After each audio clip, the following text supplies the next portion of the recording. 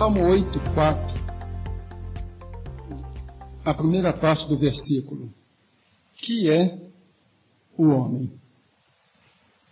E com base nisto vamos responder esta pergunta: quem somos nós? Quando eu morava em Manaus, numa noite com crise de insônia, para não incomodar minha esposa, fui para a varanda do apartamento em que morava. Morava no 9º andar e de lá fiquei olhando o céu estrelado.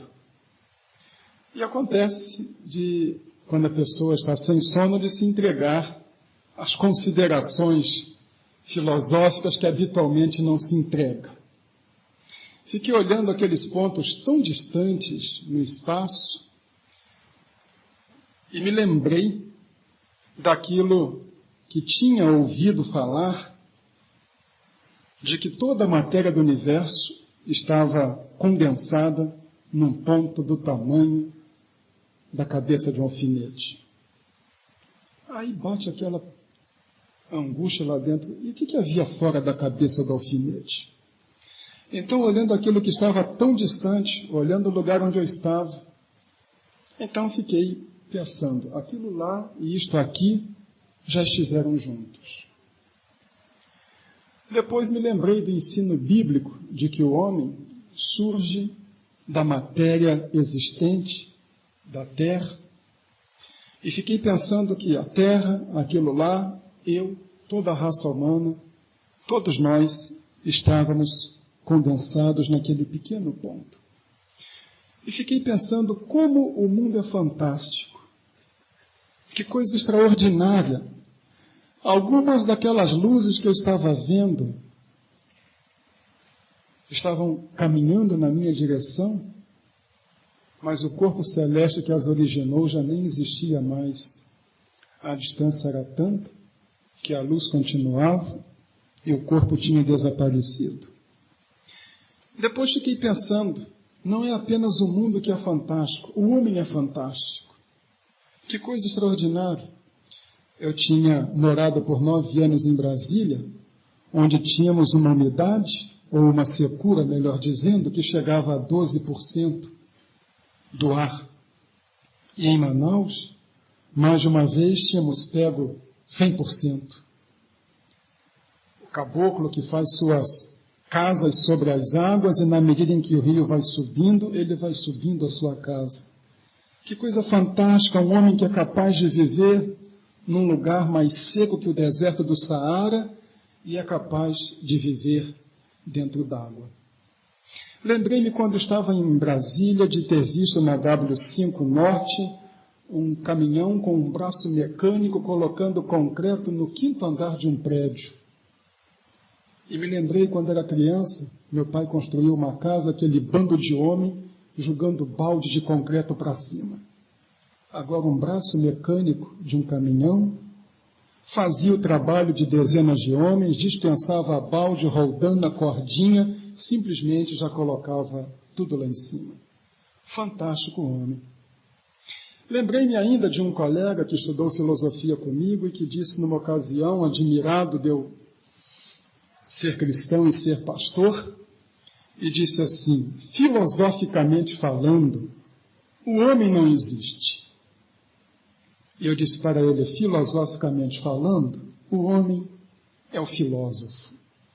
Que coisa extraordinária o homem. Suas realizações, tudo o que ele cria. Ele é um dos mais fracos da terra.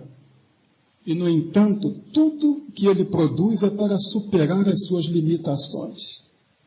Ele não tem a força de um touro, mas ele constrói um trator. Ele não consegue voar, ele faz um avião. Ele não consegue nadar tão bem, ele faz um submarino. Ele constrói aparelhos como telefone, satélites e se comunica instantaneamente ao redor do mundo. Tudo que o homem vem produzindo, descobrindo e inventando é apenas a sua eterna luta para superar as suas limitações e se perpetuar sobre a face da terra. O ser humano é fantástico. As aranhas fazem a mesma teia há 10.000 anos. O homem muda o tipo de construção, faz construções diferentes conforme o lugar, conforme o gosto, conforme o senso estético. Não é condicionado e ele se supera. Que é o homem? Pergunta o salmista. Não é à toa que a Bíblia mostra que o homem é a coroa da criação. O que há de mais extraordinário sobre a face da terra. Que é o homem?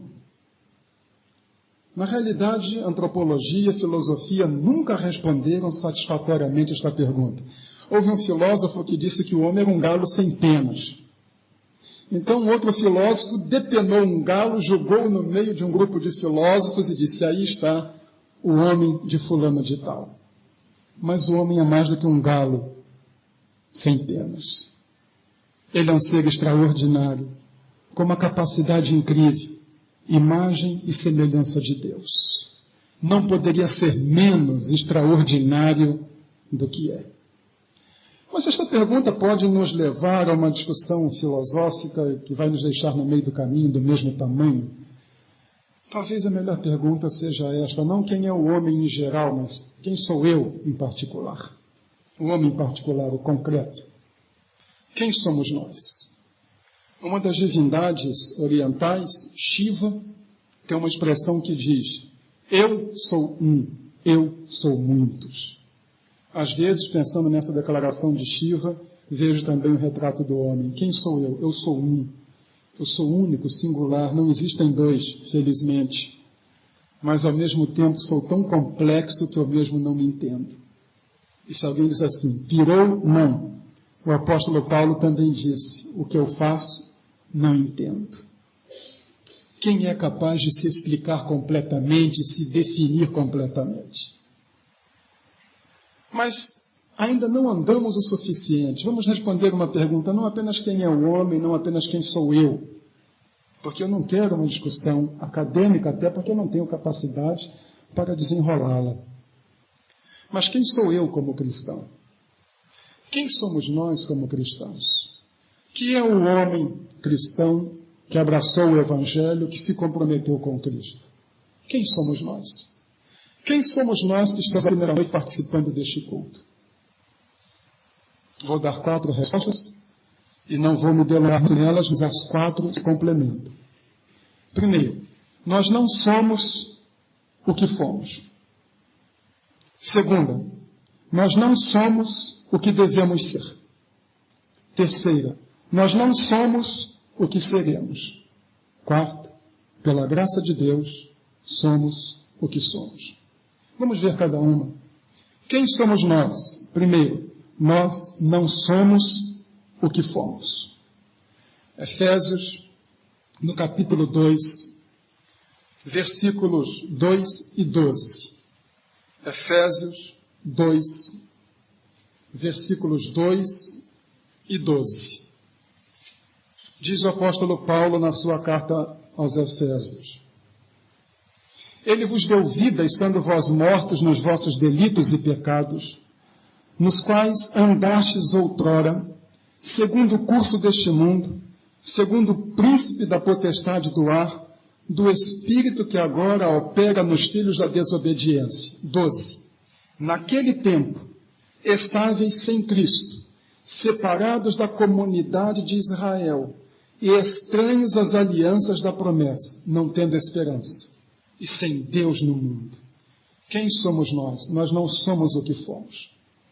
Nós éramos perdidos, separados das promessas, distantes de Deus, andando segundo o príncipe da potestade do ar, do espírito que ainda atua nos filhos da desobediência. Mas o Evangelho mudou a nossa vida. Compreender quem é Jesus Cristo e compreender o seu propósito para a nossa vida mudou-nos de maneira que nós não somos o que fomos. Numa ocasião, uma jovem, de quem eu era pastor, dando sua profissão de fé diante da igreja, disse que a maior indicação de sua conversão é que ela havia quebrado todos os seus discos de música popular brasileira. Então, fiquei quieto, não falei nada, mas depois chamei a moça e disse, olha, a vida cristã é mais do que gostar ou não gostar de música popular. Eu disse, não se escandalize, mas eu gosto, eu escuto, sou brasileiro, não deixei de ser, aprecio a minha cultura, não quero trocá-la por outra, mas não é isso que nos torna cristãos. A principal mudança não é fazer ou deixar de fazer alguma coisa. A principal mudança, no sentido de que nós não somos o que fomos, é a nossa posição em relação a Deus. Antes estávamos distantes dele. Não tínhamos interesse em realidades espirituais. Estas coisas não nos interessavam.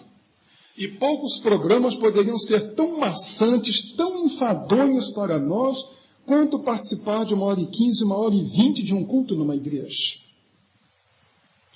Nossa visão do mundo era completamente diferente, não havia espaço para Deus na nossa vida. Mas agora, de longe, viemos para perto. De isolados, sem interesse, passamos a viver em comunhão. A nossa situação mudou porque mudou a nossa posição para com Deus.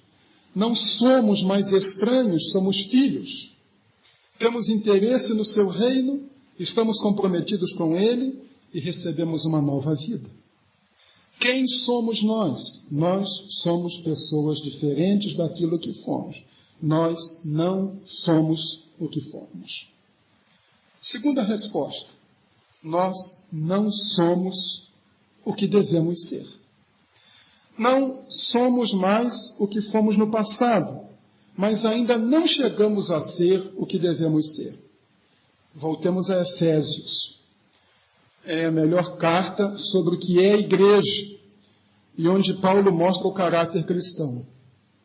Diz ele em Efésios 4:1: Rogo-vos, pois eu, o prisioneiro no Senhor, que andeis de modo digno da vocação a que fostes chamados.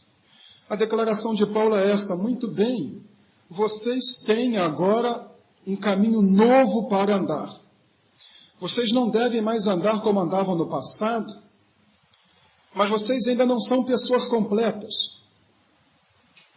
Vocês estão em criação, vocês são a segunda criação, vocês estão em construção, vocês têm um caminho novo para andar e devem andar neste caminho.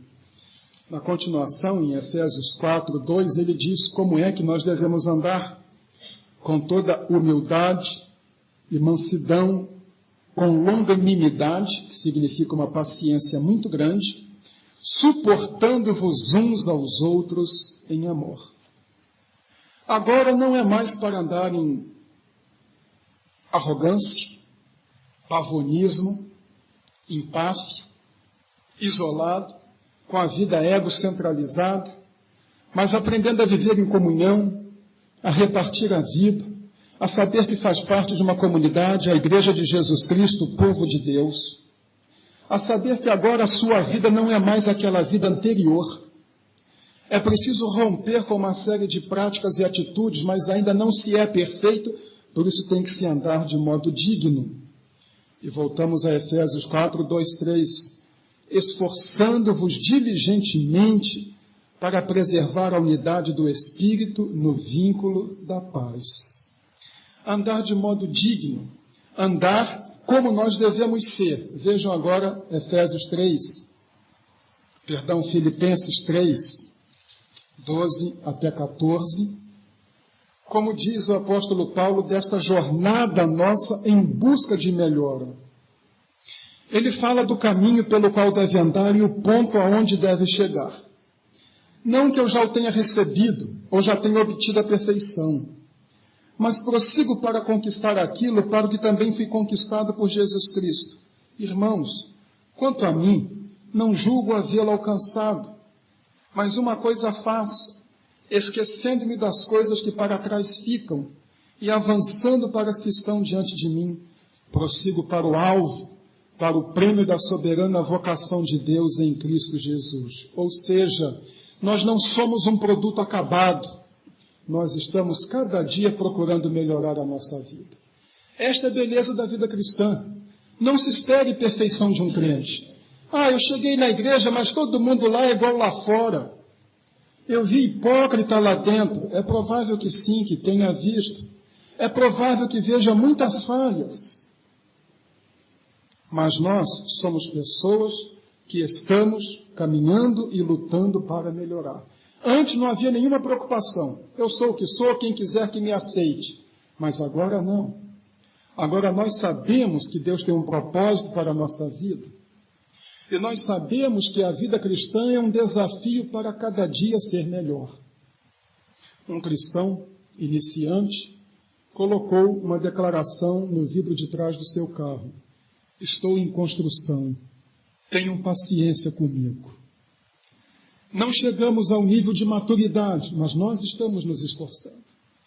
E a vida cristã traz este desafio para nós, de cada dia buscarmos ser melhores, aperfeiçoarmos o nosso caráter, melhorarmos o nosso jeito de ser, aplainarmos arestas e chegarmos até aquele ponto que o apóstolo Paulo chama de a estatura de varão perfeito. Esta é a beleza da vida cristã. Eu não sou mais o que eu era no passado. Eu deixei aquelas coisas para trás. Mas eu ainda não sou o que devo ser. Mas estou caminhando para lá e lutando. A terceira resposta é esta. Nós não somos o que fomos. Nós não somos o que devemos ser. Mas nós não somos o que seremos. Graças a Deus.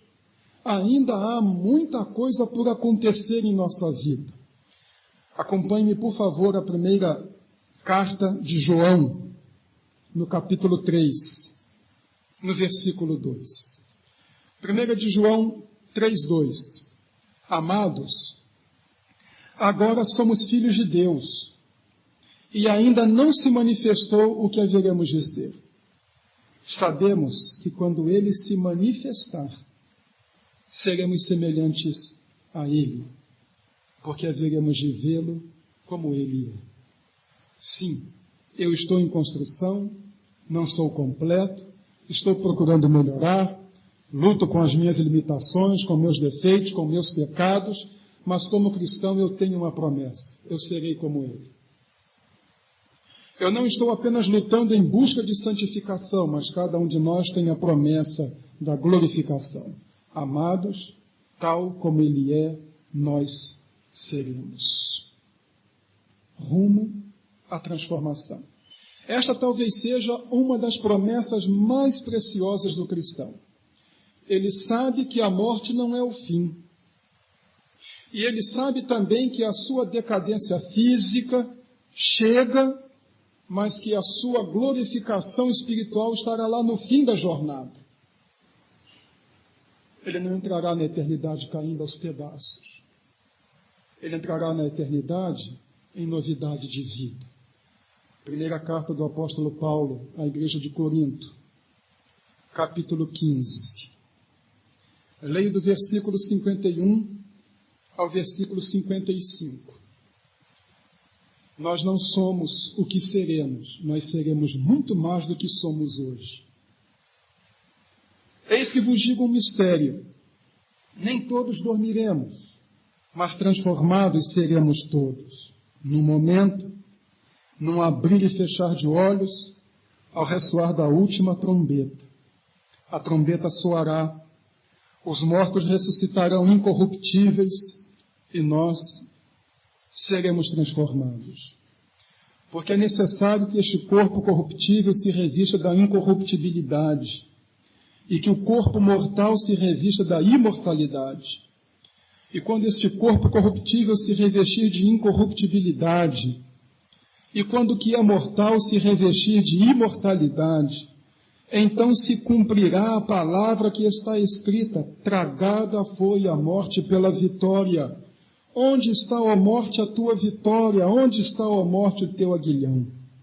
O cristão não teme a morte. Ele gosta da vida, ele ama a vida porque ela é um dom de Deus, ele não é um melancólico, ele não é um depressivo, ele não está desejoso de morrer, mas ele pode dizer, como disse um teólogo escocês, Lloyd Jones, viver ou morrer não faz muita diferença. Se eu vivo, Cristo está comigo. Se eu morro, eu estarei com Cristo.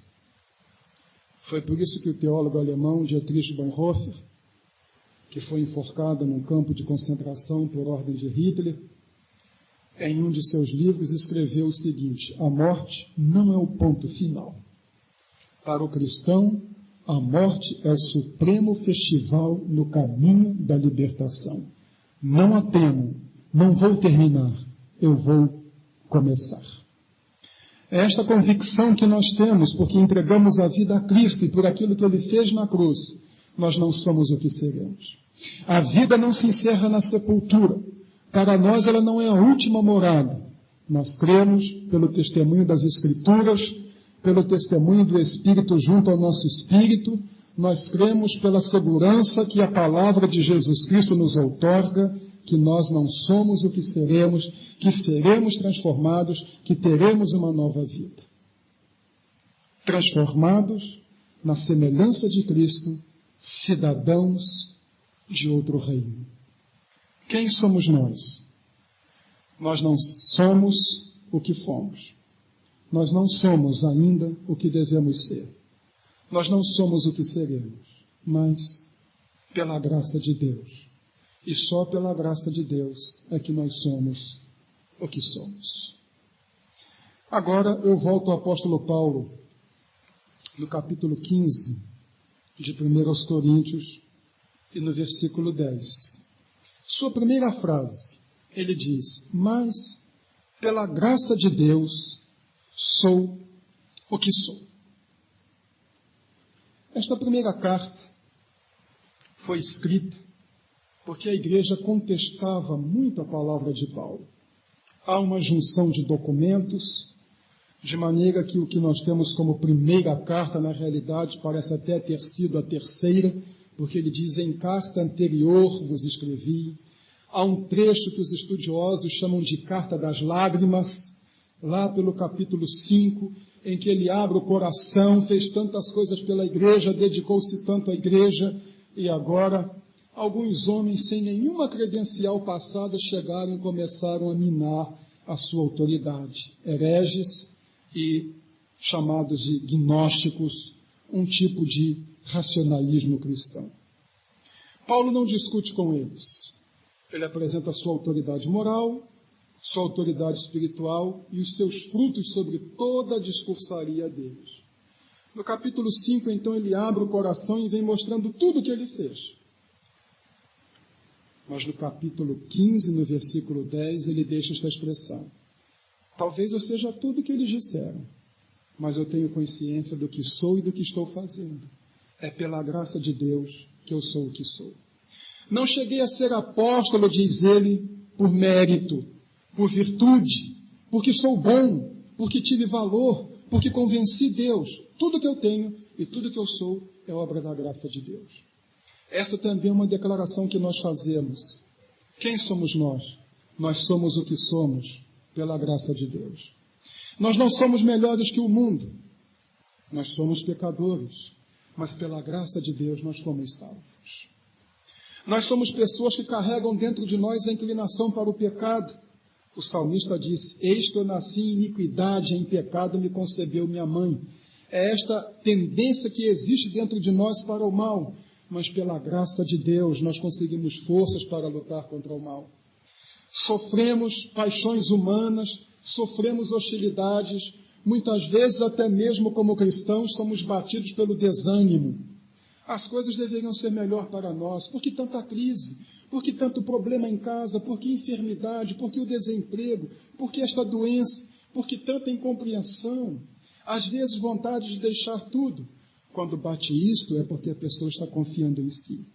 Mas é a graça de Deus que trabalha na nossa vida.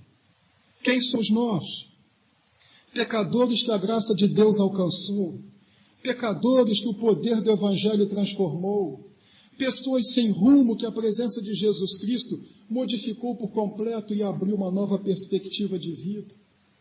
Pessoas que mereciam a condenação, mas que são objeto do amor de Deus pela graça de Deus. Pessoas que têm esperança, cujas vidas têm sentido e que podem cantar a certeza da vitória final. Quem somos nós? Pela graça de Deus somos o que somos. Pecadores, mas salvos, perdoados, servos e vida nas mãos dele. Quem é você? Não o nome, não a profissão, não a posição social. Quem é você? Você é uma pessoa que encontrou o sentido da vida? Você é uma pessoa que encontrou nexo no seu viver? Tem propósito? Tem rumo? Sabe para onde vai? Tem medo do futuro? Ou aguarda com segurança? Li a história de um menino que foi posto num trem e ia para uma determinada cidade onde o seu pai estava esperando por ele. Ao lado dele, o senhor, vendo-o sozinho e vendo que era uma criança, puxou conversa e disse: você não tem medo? Você está viajando sozinho, não está com medo? E o menino disse: não, senhor, o meu pai me espera no fim da viagem. Esta é a diferença do cristão. Ele pode passar por muitas tribulações, por muita angústia, mas ele sabe que seu pai o espera no fim da viagem. Ele sabe que o espera do lado de lá. Ele sabe para onde vai. Ele tem convicção de que seus pecados foram perdoados e tem a certeza da salvação. Quem é você? Você é alguém que pode cantar também a segurança de para onde vai? Vamos ao fim. Eu tinha 23 anos de idade. Estava começando o meu pastorado. Era o primeiro pastorado, no interior de São Paulo. E havia uma família que adotou a mim e a minha esposa. E nós costumávamos ir toda semana à casa desta família. Esta família, os patriarcas eram Juvenal e Maria, ambos já na casa dos 70 anos. E uma doença terminal abateu Dona Maria em menos de um mês. E os filhos estavam muito preocupados como o irmão Juvenal iria se portar.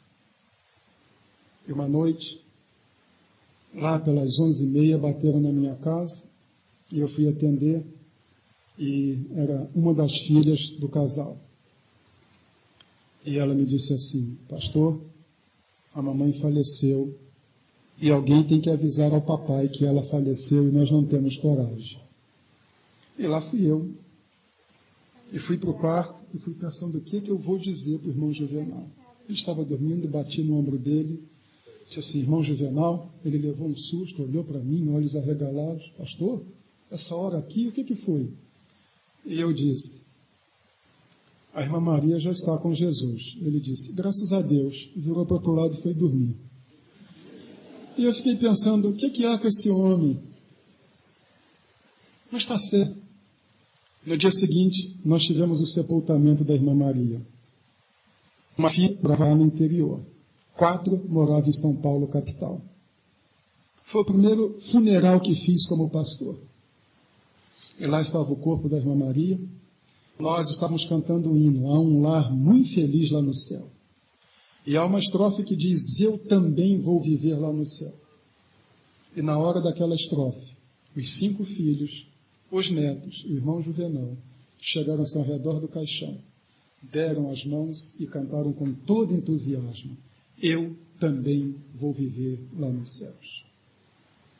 E eu, pastor de 23 anos, pensando o que eu digo para aquela família, descobri que eu não precisava dizer nada, porque eles tinham muito mais conteúdo do que eu tinha.